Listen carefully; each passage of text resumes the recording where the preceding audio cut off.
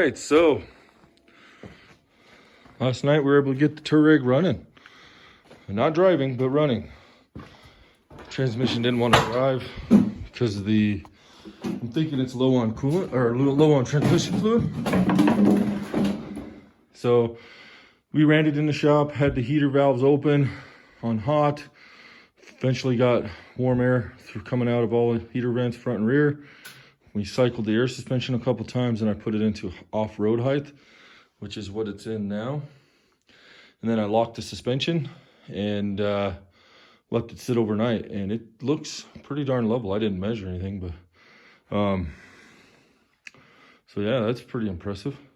So this morning, I don't have enough transmission fluid to do a drain and flush and filter change, so I'm just gonna top it off and see if she drives, which was our goal anyways. I don't want to use my filter just to find out that there's something wrong with the tranny or something else on the car. We do have some lights on the dash. I think we have an airbag module light, or airbag light, what I believe is traction control light, and some temporary flashing of the gear drivetrain, which I might be because the fluid's low. So I am going to crawl underneath there, break the transmission fill plug loose so it's ready to go. We'll go ahead and start the car, and I will start filling it up, and then we'll get it up to temperature and see if she drives. And then also, once it's up to the temperature, I think it's 30 degrees Celsius. I have to look what it is in Fahrenheit. I'll hook up my scanner to it so we can read the transmission temperature, check the codes, and all that good stuff. So first thing, pull the fill plug, put some oil in it, start it, let it warm up. While we're warming it up, I'll fill up the transmission pan with some fluid. But the goal is to get it driving and hopefully drive itself out of the garage for the first time. First time this car's ran. The engine sounded really good. I could hear turbo whistles. It revved good. Exhaust was clean.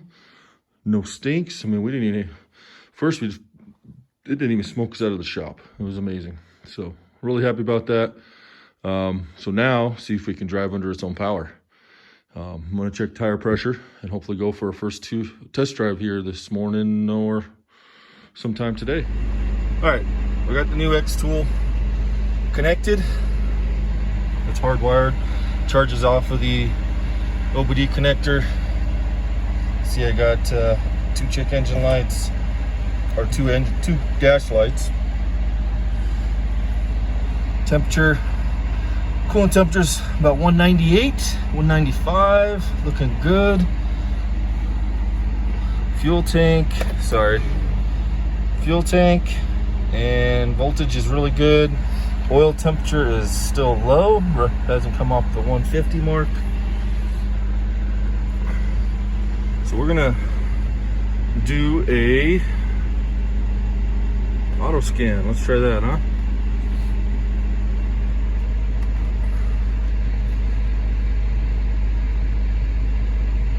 See if it picks up the car.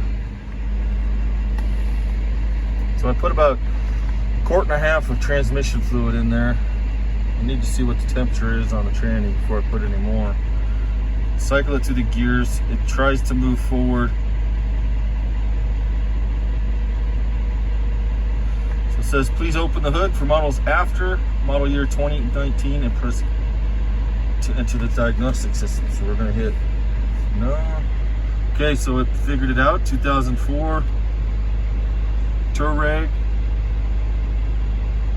We'll hit OK.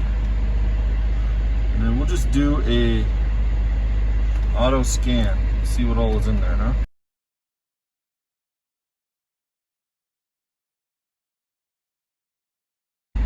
All right, so it's finally done with the scan. So I'm gonna see if I can record the screen. There we go. All right, so I'm gonna pause my camera and we'll just go through it. Well, good news is the engine seems to be running really well. There's no check engine light, nothing on regards to the engine. Transmission though, makes a strange sound. I got fluid, I double checked at 35 degrees Celsius.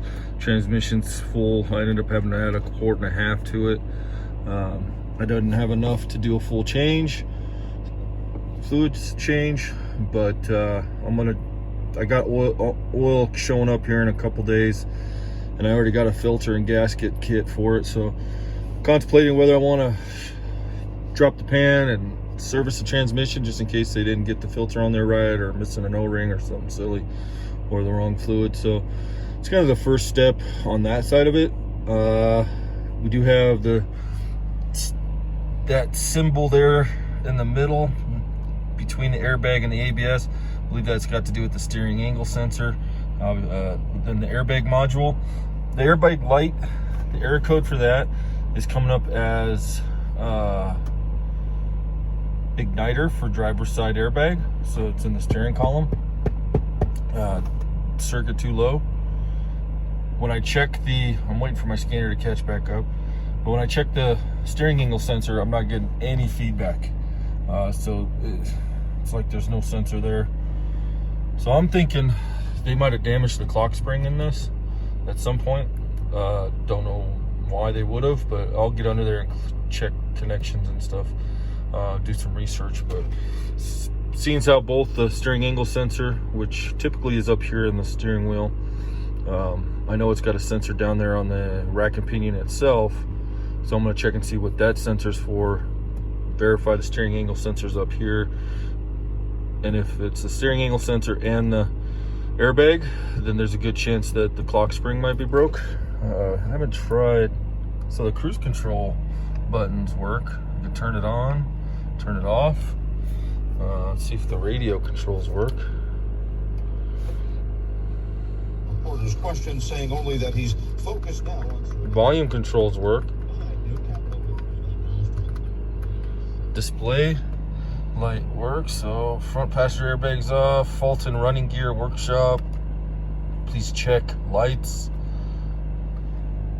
So I got the passenger side headlight disconnected because of a damaged wire. I didn't want to mess with it, so it's kind of interesting, the gearbox selection. So I'm gonna go ahead and put this in neutral. First, let me roll down the window. I'm gonna put it into gear, see if you can hear it. Oh, it sounds better now. It was making a growling sound. So it'll push itself a little bit.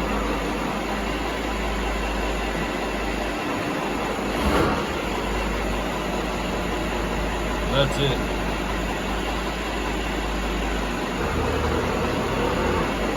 Gotta hear that weird noise. I wonder if it's a transfer case. Because I'm not getting any air codes on the transmission, but the transfer case is giving me. I'm gonna put it in low range.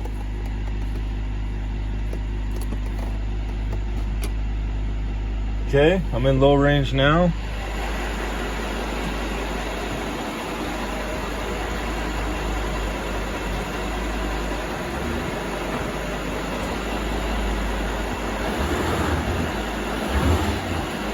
Actually, that feels pretty good.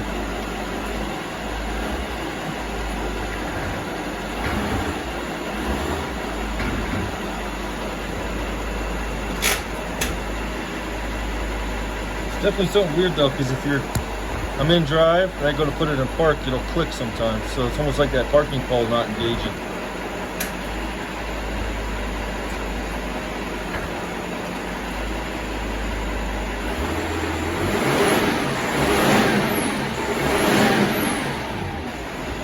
Well, once my scanner's done doing its thing, I might try to drive this with in low range and see if she drives that way. Could be the transfer case. I'll do some codes and see if I can pull anything on the transfer case. Interesting. All right. So we actually got the Volkswagen up here in front of the house under its own power. I thought it was a transmission that was giving us problems, but I actually think the front differential shot. I think they destroyed the differential because that weird noise. I had my son out here. Well, first I figured out, I started thinking around, put it in, locked in the rear the center diff, put it in low range, and she drives out of the shop. It drives just fine, but it's only in two-wheel drive. So then I locked into rear differential lock, and it locks in solid, and it's so icy out here it would spin the rear tires, so I had the kids watch the front, and the front doesn't engage at all. No noises, but it's nothing happens. Only the rear is happening. I got an ABS light that triggered, so my skid control, the traction control won't work with an ABS light on, so I knew that, but I should at least get one wheel in the front spinning. So then I put it back in with it on the ice, which actually helped the troubleshooting.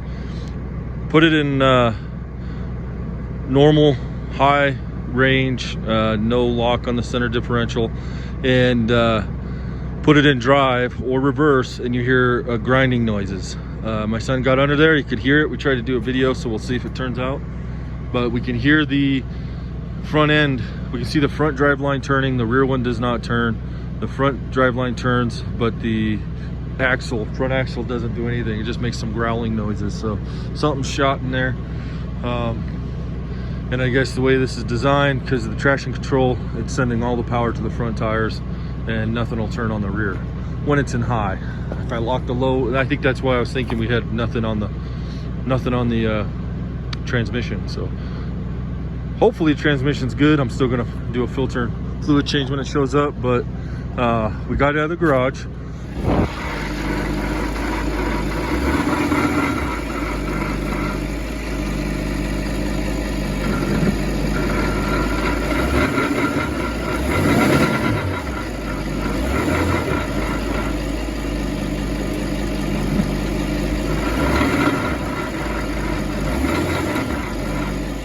All right, we got the 2006 blue Volkswagen TDI Touareg in the shop.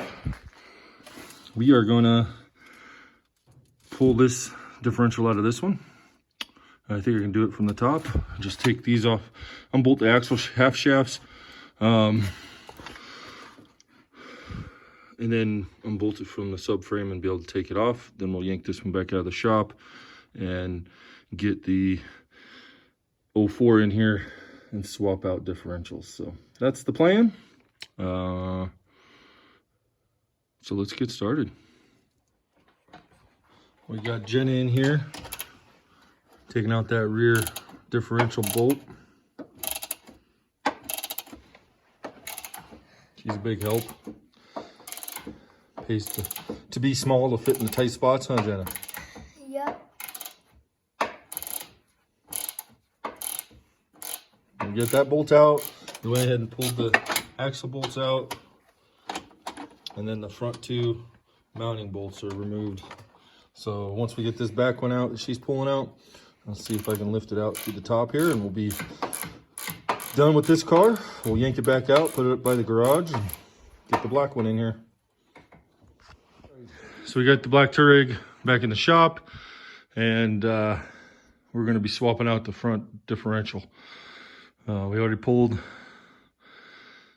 the front differential out of the blue one, so hopefully we're going to be able to do this. My plan is to get my heavy duty 12-ton jack stands up underneath the car, holding everything up except for the front subframe. And then I'll use my smaller jack stands to lower the front subframe down onto that and remove it. So first thing first, get it up there as high as we can on the big jack stands, give us as much room as possible, and go from there.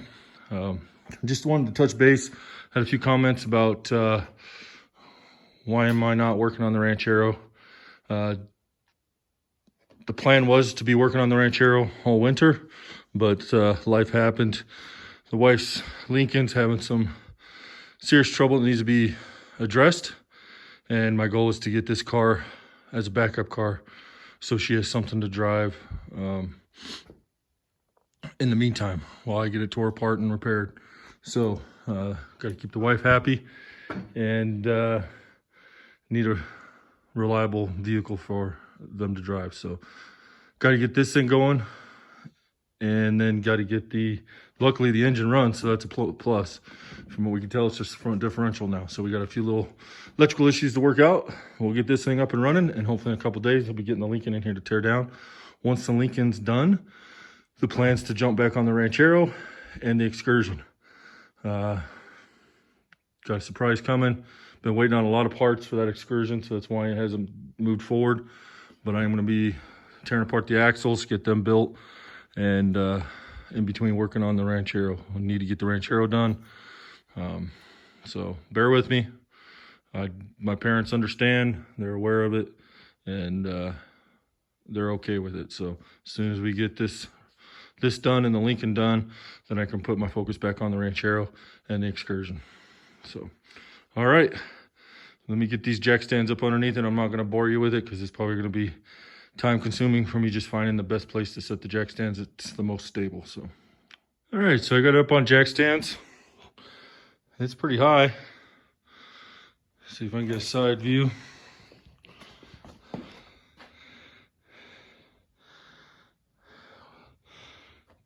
Using my heavy duty jack stands. These are 12-ton a piece.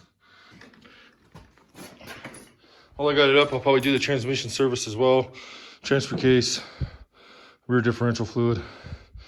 Might as well since it's all up in the air. So this is what we're gonna do.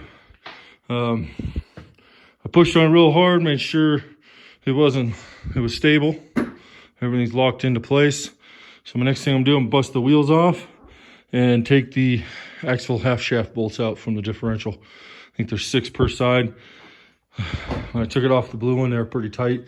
So it takes a little bit of time. And then I got a busted wire connection for the ABS sensor on this side I got to replace. And then repair the headlight connector for the driver's or passenger side headlight. And then I got to adjust the steering wheel because it's off. So I just got to do the steering shaft 1 notch over. So when I drop the subframe, I'll be able to get to that spline shaft, separate it, slide back on, and be good to go. But all right, let me get the wheels off and go from there. All right, so we were getting ready to swap the differential out, and I think we figured out the problem. Broke the bolts loose here on the passenger side. We're on the driver's side now, and I went to break these bolts loose. And my son was holding the brakes and it was still turning. So if you can see, he's turning that, but the shaft isn't turning at all. So this joint isn't turning and this joint isn't. He can turn the inside here. Sometimes this shaft will turn, but that joint won't turn. Looks like we got a damaged half axle. So that may be a good thing. Only one way to find out. We're gonna bust this apart, pull that half axle out, grab another axle off the blue one, which is gonna be kind of tough. It's snowing right now. We'll see what we can do. Swap out the axle halves and then see if this thing drives. It's kind of weird. If this axle half breaks, you lose everything unless you lock the center differential and the rear locker on. So that's kind of weird. Anyways, be a little quicker, I think, than dropping the subframe. So I'm kind of stoked about that. So we're gonna go ahead and start breaking this down. I'm gonna get some WD-40 on my axle nut. Okay, go for it. Okay. All right, so I tried to get the axle shaft off. Axle shaft nut broke loose using a 3/4 inch to 1/2 inch drive adapter, and there's my 1/2 inch drive socket that I used. As you can see, it just sheared it right off. So I went in town yesterday, picked up this 3/4 inch drive and metric set. So it came with the 32 millimeter 12 point. Finding the 12 point set was the tough part. I got that, and then I used this pipe as my cheater bar on the end of the breaker bar, and she came off real easy. So my son just held the brakes and she came loose. So yeah, probably shouldn't have had that anyway. So like I said, I got this broke loose. We can't break that loose yet because when I turn it, it turns the inside, and the actual half shaft doesn't turn. So the joint here is broken, and then this one's kind of wobbling all over the place. So I'm gonna try to get an impact in there and see if we can get it off that way. And then the next thing I'm gonna do is take this upper ball joint off, take the lower strut bolt off, and then the sway bar link bolt out. And that should allow me enough room to get that axle shaft out. So that's the plan. We'll see how she goes. All right, so this is kind of tough. You can see the axle came apart. I just cut the boot off to get out of the way because it was just spinning in there. So what I did, because these are tough, I got a 3/8 drive triple square bit, but I can't find my adapter to go 3/8 to 1/2 inch. And my 3/8 drive impact isn't enough. Probably a 1/2 inch drive impact would probably be enough to break it loose, but I had to do with what I had. I got on hand. So what I did was I'd get my ratchet in there, and then I used a chisel, pushed it against one bolt, and then braced it against right here to the subframe mount, and then that allows me to break it loose. So I got them all broke loose. So I just gotta zip them out real quick, and then we'll go pull the axle out of the other one, of the blue one. All right, so yeah, as I mentioned earlier, I got the old shaft off, the joint completely separated, and then this is the shaft off the blue 2006. So got this off, didn't record, it was fairly easy because I had already taken the differential out. So this, all I had to do is break this loose and take apart the strut bolt, lower strut bolt, the upper ball joint, and I didn't tighten it down just because it's a parts car right now. So that was easy to do. I just did in the driveway in the ice and snow. Went ahead and grabbed the Toyo ATs off of it, so we swapped the wheels and tires over. These are quite a bit smaller, so it's probably going to look silly, but these are fairly new, less than a year old, probably less than 500 miles on them. They're not the LT Toyo ATs, they're the P rated, so you'll have a little bit rounded corner shoulder on it. But it'll work on this one, so we can drive it as a backup vehicle, and while I figure out what size I want to run on it. All right, I didn't get a chance to record much of what I did the other morning before work, but we got the the axle shaft from the 2006 installed. Everything's done. I got to torque down this axle shaft nut here once we get the vehicle back on the ground. Biggest thing I'd recommend, it was actually fairly straightforward. Biggest thing is you definitely get a 3/4 inch drive, number 32 12 point, number 32 12 point 3/4 inch drive socket, and a 3/4 inch breaker bar with a pipe, and you won't even strain your back or strain anything. So that made it real easy. So we got that on there. I went ahead, since I got it jacked up on jack stands, and swapped out the tires and wheels. These are the Toyo the Toyo AT2 tires that we had on the blue one. We bought them originally for the white one, but figured might as well put them on this one. And same thing on this side. So the first thing we're going to do now today is I need to repair this ABS connector. I got some good new connectors soldered together, and a light connector up here. I gotta do some repairing. Let's see if I can get this show up on camera. This one here, you can see got bare wires touching each other and everything else. So I'm gonna clean that up and try to get it a little bit more reliable, less problems. So that connector, this connector down here, put the wheel liners back in, and then get the wheels on, and then I'm gonna do a bleed the brakes with the computer. Figure I'd do it now while it's up off the ground. That way I can move the wheels and even make it easier to get to our bleeder valves. So that'll be the last thing we do. Then we'll take it off the jack stands, put it on the ground, and give it its first test drive. I guess our first test drive is where it was driving in rear wheel drive with the rear differential locked. Those Touareg tires couldn't get any traction. They've been sitting in the sun for a while, so I think rubber compound's pretty much useless. So hopefully we got all 4 wheels working now and this thing's drivable. If it is, we'll do a couple good test drives today, and then I'll be going to the DMV first thing in the morning and get it registered.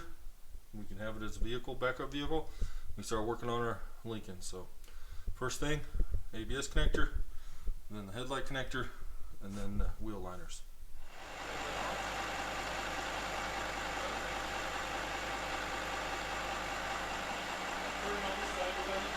Yeah.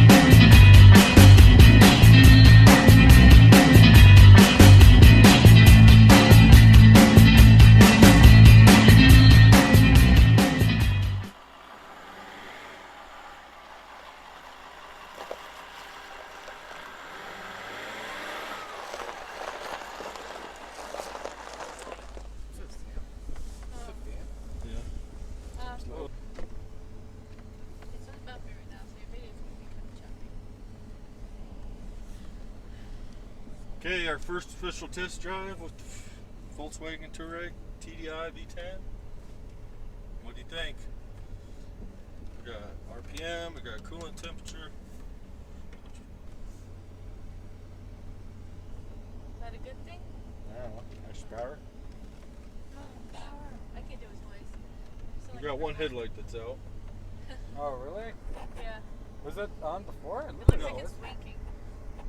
I got the driving the fog lights on, so. Yeah.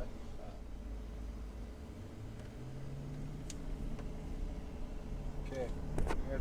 Good stuff. 4. Well, here we are on our first successful test drive of our Volkswagen V10 TDI Touareg. Shifting a little. Started off thinking that it was a transmission issue, then we thought maybe transfer case, then it moved to the front differential, and in the end it ended up being the driver's side front axle shaft half. So that's kind of crazy. It was an interesting way of things evolving and how to see how things work. You know, I did not expect the traction control to send all the power to one axle, and that kind of threw me for a loop at the beginning, but we diagnosed it and figured out what was wrong. So that's going to be it for this video. I think it's pretty exciting that we got a successful test drive and we got a running V10 TDI. So next video we'll start troubleshooting the steering angle sensor and some other quirks that we find along the way, trying to reposition the steering wheel so it steers correctly. So far we are excited.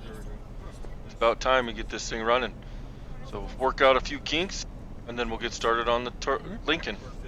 Thanks for watching.